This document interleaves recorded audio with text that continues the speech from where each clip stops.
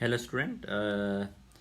Okay, last video में हम लोगों ने प्रॉफिट, डिस्काउंट और डिस्काउंट के बारे में पढ़ा था ना, मार्क प्राइस और जो आपका सेल प्राइस है ना, उससे रिलेटेड कॉन्सेप्ट पढ़ा था। आज हम लोग सेलिंग और बाइंग से ही रिलेटेड पढ़ेंगे और प्रॉफिट लॉस पढ़ेंगे, ठीक है। ये भी इम्पोर्टेंट कॉन्सेप्ट है, ठीक है, ये बट टिपिकल नहीं है और सारे फॉर्मूले इजी हैं, आप बिना याद रखे भी बना सकते हैं, बट याद रखिएगा तो क्या होगा, कैलकुलेशन इजी होगा और टाइम भी आपका बचेगा। सो टर्म क्या है, पहले हम लोग देख लेते हैं। सेलिंग प्राइस, इसको हम लोग शॉर्ट में बोलेंगे एसपी। कॉस्ट प्राइस, इसको हम लोग शॉर्ट में बोलेंगे सीपी। प्रॉफिट, ये तो आप जानते हैं, लॉस। इसी तरह वर्ड हमारा होगा profit percent and loss percent, ठीक है। सो पहले हम लोग आते हैं, कॉस्ट प्राइस क्या होता है। कॉस्ट प्राइस का मतलब क्या है, आपने किसी सामान को कितने प्राइस में खरीदा है, that is your cost price.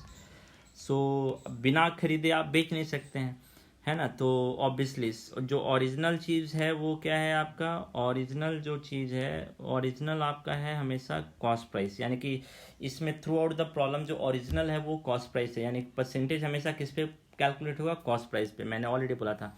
देखिए सेलिंग प्राइस कब होगा, सेलिंग प्राइस तभी आएगा जब आपके पास कॉस्ट प्राइस होगा। तो जो ओरिजिनल है वो क्या है आपका, कॉस्ट प्राइस, है ना। सो जो भी परसेंटेज हम लोग कैलकुलेट करेंगे, प्रॉफिट परसेंट और लॉस परसेंट, वो किस पे कैलकुलेट करेंगे, कॉस्ट प्राइस पे ही कैलकुलेट करेंगे, एसपी पे नहीं कैलकुलेट करेंगे, है ना।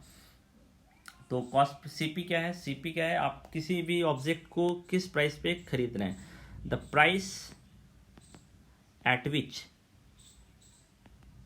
You by any object, you by any object, है ना। किसी प्राइस पे आप जिस ऑब्जेक्ट को खरीदते हैं वो आपका क्या है, कॉस्ट प्राइस। एसपी, एसपी क्या है, आप किसी ऑब्जेक्ट को किस प्राइस पे बेच रहे हैं, the price at which you sell any object, है ना। अब जो प्रॉफिट और लॉस है वो कॉस्ट प्राइस और सेलिंग प्राइस पे ही डिपेंड करता है, ये टोटली आपका मैटर है। आप खुद से देख सकते हैं कि प्रॉफिट कब होगा और लॉस कब होगा। अब आप देखिए, अगर आप खरीदने वाला अधिक अधिक में खरीद रहे हैं, कम में बेच रहे हैं, तो आपको ऑब्वियसली लॉस हो जाएगा ना। 10 रुपये का ऑब्जेक्ट को अगर आप 8 रुपये में बेचेंगे तो 2 रुपये का नुकसान होगा। तो अगर प्रॉफिट हो रहा है, इसका मतलब कॉस्ट प्राइस हमेशा सेलिंग प्राइस से छोटा होगा, और अगर लॉस हो रहा होगा तो सेलिंग प्राइस बड़ा होगा। सॉरी, अगर लॉस हो रहा है तो जो कॉस्ट प्राइस होगा वो बड़ा होगा और सेलिंग प्राइस छोटा होगा। ये आप खुद से समझ सकते हैं, ये मेरे ख्याल से ये याद करने वाली चीज़ नहीं है। तो अब आप खुद देखिए कि अगर प्रॉफिट हो रहा होगा तो किसको किससे माइनस करेंगे, सेलिंग प्राइस में से कॉस्ट प्राइस को माइनस कर देंगे, तो जो डिफरेंस होगा वही आपका प्रॉफिट है। और अगर आपको लॉस हो रहा होगा, तो जो कॉस्ट प्राइस है उसमें से सेलिंग प्राइस माइनस करेंगे तो आपको लॉस पता चल जाएगा, है ना। क्योंकि मैंने ऑलरेडी आपको बोला कि कब कौन बड़ा होगा, है ना। तो उसी के हिसाब से आप घटाएंगे। अब आप प्रॉफिट परसेंट और लॉस परसेंट का फॉर्मूला आप खुद से बना सकते हैं। देखिए प्रॉफिट परसेंट का फॉर्मूला क्या हो जाएगा, प्रॉफिट परसेंट का फॉर्मूला क्या होगा, प्रॉफिट परसेंट का अगर फॉर्मूला जानना चाहेंगे तो प्रॉफिट बाय ओरिजिनल, ओरिजिनल क्या है, सीपी इंटू 100। इसी को और थोड़ा चेंज कर दीजिए, प्रॉफिट के जगह पे आप क्या लिख सकते हैं, S P minus C P by C P into 100, है ना। इसी से लिख सकते हैं। इसी तरह अगर लॉस परसेंटेज आपको निकालना है, loss percent is equal to क्या हो जाएगा, loss by C P into 100। अब लॉस के जगह पे आप क्या लिख सकते हैं, C P minus S P. तो ये देखिए, ये सारे फॉर्मूले आपके बुक में दिए हुए हैं, आप इसको याद भी रख सकते हैं, बिना याद रखे हुए बना सकते हैं, और अगर भूल भी गए तो भी आप इसको खुद से फाइंड आउट कर सकते हैं, है ना। ये आपका लॉस परसेंट हो गया है ना। सो इसी के बेसिस पे हमारा जो ये चैप्टर है आगे डिसाइड होगा। फॉर्मूला याद रखिएगा तो क्या होगा, टाइम सेव होगा। अगर बाई चांस भूल गए तो आप इजीली डिटरमाइन कर सकते हैं फॉर्मूला को, ठीक है। सो सारे चीज़ इसी पे बेस्ड हैं, ठीक है। सो पहला क्वेश्चन पे आते हैं, फाइंडिंग कॉस्ट प्राइस और सेलिंग प्राइस और प्रॉफिट परसेंट और लॉस परसेंट। जैसे पहला एग्जाम्पल 5 देखिए, एग्जाम्पल 5 क्या बोल रहा है, Sohan bought a second hand refrigerator for 2500 and spend 500 on it's repair. वो तो पहली बात तो 2500 रुपये पे ख़रीदा, लेकिन उसपे 500 रुपये और खर्च किया मेंटेनेंस रिपेयरिंग पे, तो उसका टोटल कॉस्ट कितना हो जाएगा? सो टोटल कॉस्ट प्राइस जो है उसका बढ़ जाएगा ना। भले उसने 2500 में खरीदा बट 500 मेंटेनेंस चार्ज उसका लगाया, तो उसका टोटल प्राइस कितना हो जाएगा? 25 प्लस 500, तो 3000 रुपीज़ में इसका मतलब उसने खरीदा और उसने उसको कितने पे बेच दिया? एसपी यानी कि जो है वो 3300 है। तो आप खुद सोचिए कि बेचने का प्राइस अधिक है खरीदने के प्राइस से, तो उसको लॉस हुआ या प्रॉफिट हुआ? प्रॉफिट हुआ। सो प्रॉफिट क्या होगा? आपसे पूछा गया लॉस और गेन परसेंट, तो पहले तो आप ये बता दीजिए कि लॉस हो रहा है या गेन हो रहा है। गेन हो रहा है तो प्रॉफिट इज इक्वल टू क्या हो जाएगा? दोनों का डिफरेंस, और जो बड़ा है वो एसपी बड़ा है। लॉस प्रॉफिट में एसपी बड़ा होता है, सीपी छोटा होता है। सो 3300 माइनस 3000, तो 300 का गेन हुआ। तो अब लॉस प्रॉफिट परसेंट क्या होता है? प्रॉफिट बाय ओरिजिनल, ओरिजिनल क्या है? सीपी है ना। So profit by original into 100, सो निकल गया 10%, है ना। सो सारे प्रॉब्लम ऐसे ही हैं। अगर आप कॉन्सेप्ट आपका क्लियर है ना, तो आपको कहीं फार्मूला नहीं याद रखना पड़ेगा।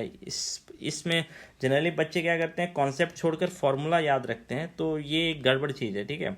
आपको ऐसा नहीं करना है, आपको ये भी समझना है कि ऐसा हम क्यों कर रहे हैं। और ये बहुत टिपिकल नहीं था, क्योंकि ये टोटली परसेंटेज के कॉन्सेप्ट पे था। इसमें प्रॉफिट लॉस परसेंट का कोई कॉन्सेप्ट नहीं है। जो भी कॉन्सेप्ट है वो परसेंटेज का है, और डे टू डे लाइफ में आप कब लॉस होगा कब गेन होगा ये आप खुद से कैलकुलेट कर सकते हैं, है ना।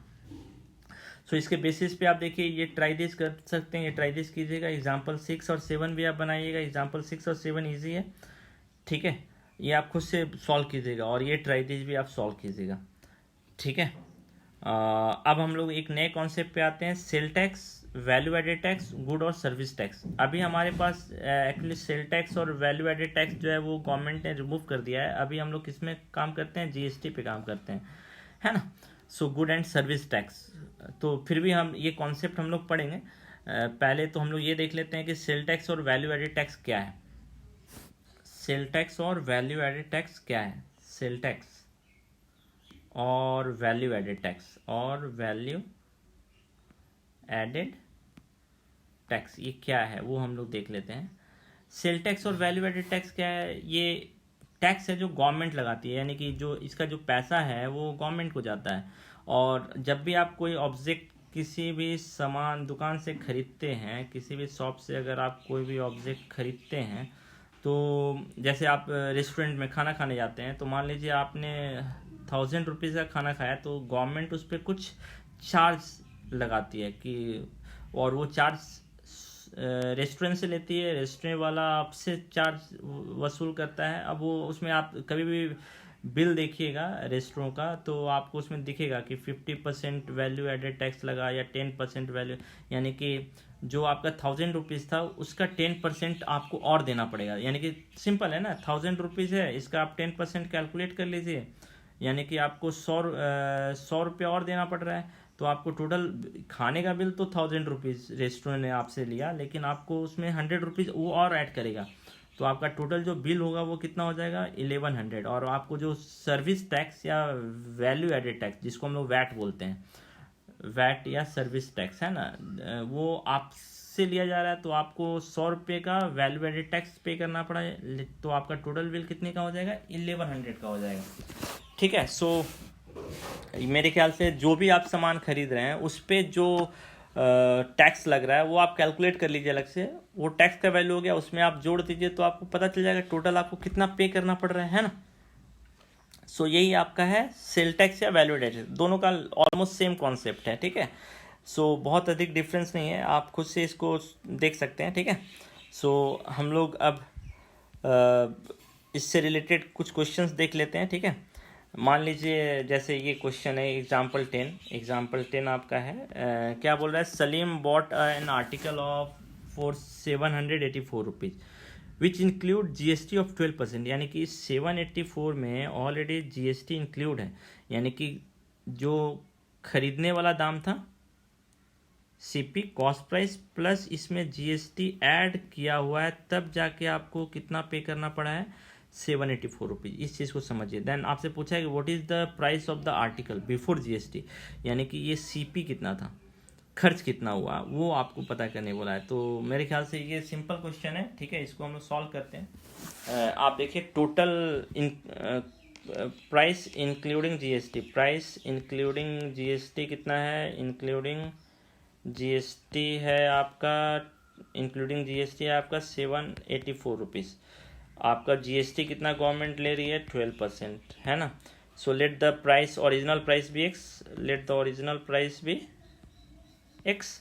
अब इसी एक्स पे 12% टैक्स लगा तब आपका 784 हुआ। तो पहले तो आप जीएसटी निकाल लीजिए, जीएसटी होगा कितना।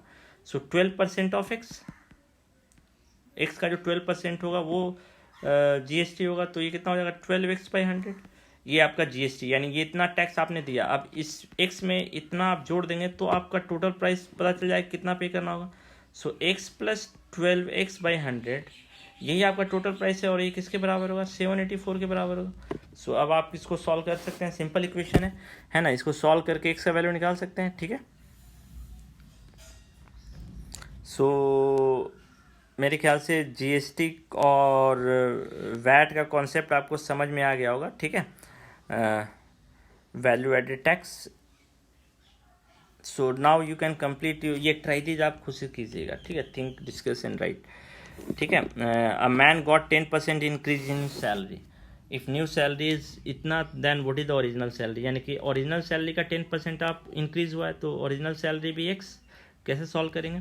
लेट द ओरिजिनल सैलरी भी, लेट द ओरिजिनल सैलरी भी, ओरिजिनल सैलरी भी एक्स, है ना। अब एक्स का 10%, सो 10x/100, और इस ओरिजिनल सैलरी में जोड़ देंगे तो जो इंक्रीमेंट हुआ वही आया, 1,54,000।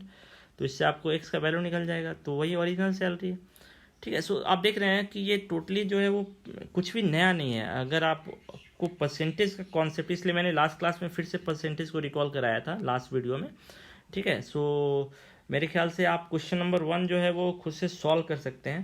क्वेश्चन नंबर 2 भी ऑलमोस्ट सेम है। On Sunday 845 people went to zoo, on Monday only 169 people went, what is the percentage decrease. तो पहले तो इतने गए, फिर घट के इतने हो गए, तो कितने घट गए दोनों का डिफरेंस ले लीजिए। ओरिजिनल आपका क्या है? 845, तो जो घट गया वो ऊपर होगा, और ओरिजिनल इंटू 100, तो आपको पता चल जाए कितने परसेंट लोग घट गए। इसी तरह क्वेश्चन नंबर 3 भी है, ठीक है। सो आपका होमवर्क है 1 2 3 4 5, पहले इतना तक कंप्लीट कीजिए, और यहाँ तक अगर कोई डाउट है then you ask from me, ठीक है। उसके बाद हम लोग आगे भी डिस्कस करेंगे, ठीक है। और नेक्स्ट कॉन्सेप्ट उसके बाद हम लोग पढ़ेंगे कंपाउंड इंटरेस्ट, ये भी एक इम्पॉर्टेंट कॉन्सेप्ट है, ठीक है।